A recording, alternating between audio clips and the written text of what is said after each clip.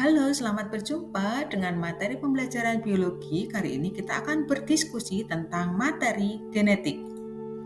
Pokok bahasan kita kali ini adalah kromosom, kemudian gen dan alel, serta DNA dan RNA.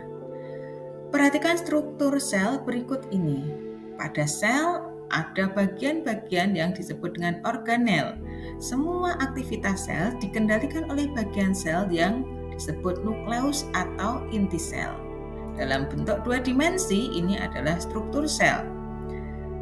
Perhatikan nukleolus merupakan bagian di dalam sel yang berfungsi untuk mengendalikan aktivitas sel. Apa yang ada di dalam nukleus sehingga dia bisa mengendalikan aktivitas sel? Maka di dalam nukleus terdapat kromosom. Ini adalah struktur nukleus atau inti sel. Di dalamnya terdapat kromosom yang berupa benang-benang halus dan panjang, dan kromosom dalam kondisi ini disebut dengan kromatin. Ini adalah bentuk kromosom dalam situasi yang lain, yaitu kromosom yang sudah memendek dan menebal. Biasanya kondisi kromosom yang seperti ini bisa ditemukan saat sel sedang membelah. Nah, apa itu kromosom? Kromosom merupakan struktur di dalam sel berupa deret panjang molekul yang terdiri atas satu molekul DNA dan berbagai protein terkait yang merupakan informasi genetik suatu organisme. Berikut bagian-bagian kromosom. Di dalam suatu kromosom terdapat kromatid, sentromer, lengan, bisa lengan pendek dan lengan yang panjang. Di ujung lengan atau di ujung kromatid terdapat telomer. Secara lebih rinci, ini adalah struktur suatu kromatid atau lengan atau benang kromosom, di mana benang kromosom terdiri atas supercoils atau lilitan dari nukleosom. Nukleosom sendiri adalah struktur yang terdiri atas molekul-molekul DNA yang diikat oleh protein yang disebut histon. Untuk struktur DNA nanti akan kita pelajari di belakang. Jumlah kromosom di dalam sebuah sel itu bervariasi, namun jumlah kromosom pada suatu jenis makhluk hidup selalu tetap. Dan jumlah kromosom ini menjadi salah satu ciri dari satu spesies. Contohnya, simpanse punya kromosom 48, sapi memiliki kromosom 60, kucing 38, ayam 78, dan katak 26. Manusia memiliki 46 kromosom. Di dalam suatu makhluk hidup, kromosom ada dua macam berdasarkan fungsinya. Ada kromosom autosom, adalah kromosom yang bertanggung jawab atas kendali sifat-sifat selain jenis kelamin. Dan kromosom jenis genosom adalah kromosom yang bertanggung jawab atas sifat jenis kelamin. Sebagai contoh, ini adalah kromosom manusia yang terdiri atas 22 pasang autosom atau 44 autosom dari kromosom nomor 1 sampai kromosom nomor 22 dan sepasang genosom atau 2 buah genosom. Jadi jenis kelamin manusia ditentukan oleh genosom ini. Jika genosomnya adalah kromosom X dan X, maka manusia itu berjenis kelamin wanita. Jika genosomnya X dan Y, maka manusia itu berjenis kelamin pria atau laki-laki.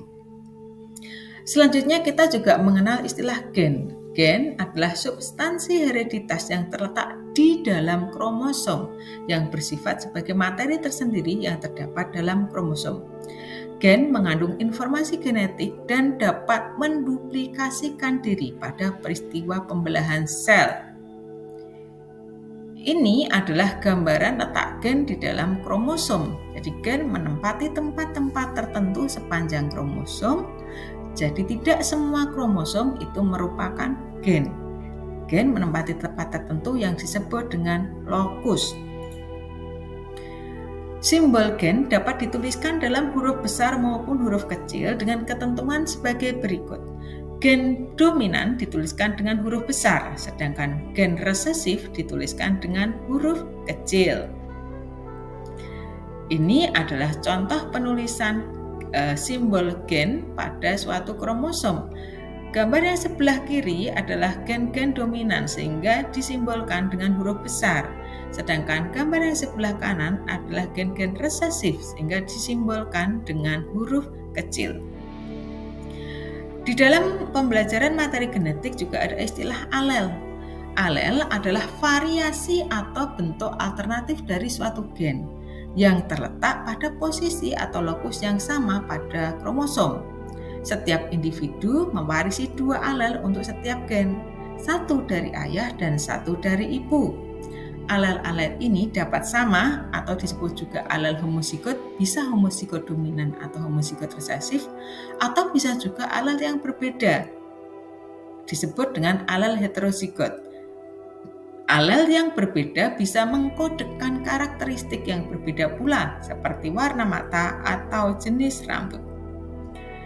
Sebagai contoh, pada gen yang menentukan warna bunga pada suatu tanaman, ada alel yang mengkodekan warna bunga merah dan alel lain yang mengkodekan warna bunga putih.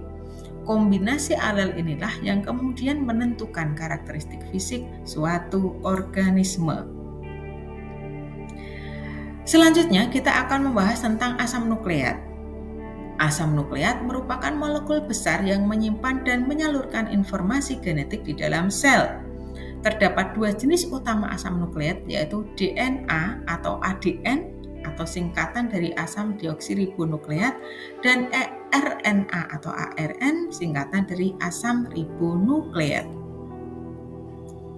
Asam nukleat merupakan senyawa polinukleotida yang terdiri atas nukleotida-nukleotida yang bergabung menjadi rantai. Nah, nukleotida itu apa? Ini adalah struktur nukleotida. Sebuah nukleotida terdiri atas 1 molekul fosfat, 1 molekul gula, dan 1 molekul basa nitrogen. Salah satu jenis nukleotida adalah DNA atau ADN, deoksiribonukleated acid atau asam deoksiribonukleat. DNA tersusun dari nukleotida yang mengandung gula deoksiribosa, gugus fosfat, dan basa nitrogen jenis adenin, guanin, sitosin, dan timin.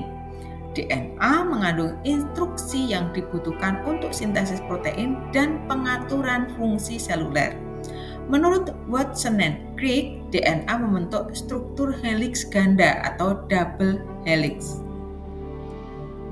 DNA ditemukan di dalam nukleus dan organel tertentu seperti mitokondria dan kloroplas. Ini adalah animasi struktur DNA double helix. Ya, dalam gambaran yang lebih detail, ini adalah struktur double helix pada DNA. Nah, ini animasi yang berbeda, ini adalah double helix pada DNA. Struktur double helix seperti tangga berpilin pada DNA terbentuk salah satunya karena ada ikatan antar basa nitrogen dari 2 rantai DNA yang berpasangan. Setiap nukleotida memiliki basa, ada 4 basa berbeda di dalam DNA, yaitu timin, adenin, guanin, dan sitosin. Pada DNA, adenin berpasangan dengan timin, sedangkan guanin berpasangan dengan sitosin. Pasangan basa nitrogen ini disambungkan dengan ikatan hidrogen. Ikatan ini mempertahankan struktur DNA.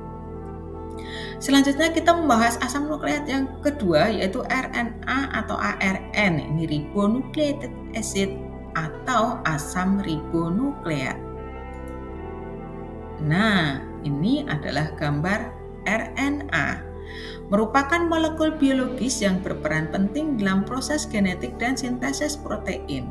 RNA atau ARN terdiri dari rantai nukleotida tunggal, jadi hanya 1 rantai, berbeda dengan DNA yang merupakan rantai ganda.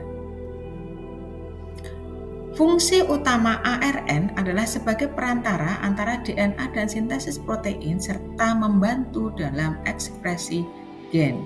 Ini adalah gambaran yang lain tentang RNA yang merupakan rantai tunggal. Ini adalah struktur rantai RNA yang merupakan rantai tunggal. Sama seperti DNA, RNA memiliki struktur terdiri atas fosfat, gula, dan basa nitrogen. Ada 3 jenis RNA. Yang pertama adalah RNA duta atau messenger RNA, RNA ribosom, dan RNA transfer. RNA messenger membawa informasi genetik dari DNA ke ribosom untuk disintesis menjadi protein. tRNA atau transfer RNA membantu menerjemahkan kode mRNA menjadi urutan asam amino di dalam protein. Sedangkan rRNA atau ribosomal RNA merupakan komponen struktural dan fungsional dari ribosom. Jadi terdapat di ribosom tempat sintesis protein berlangsung. Ini adalah perbandingan struktur antara DNA dan RNA.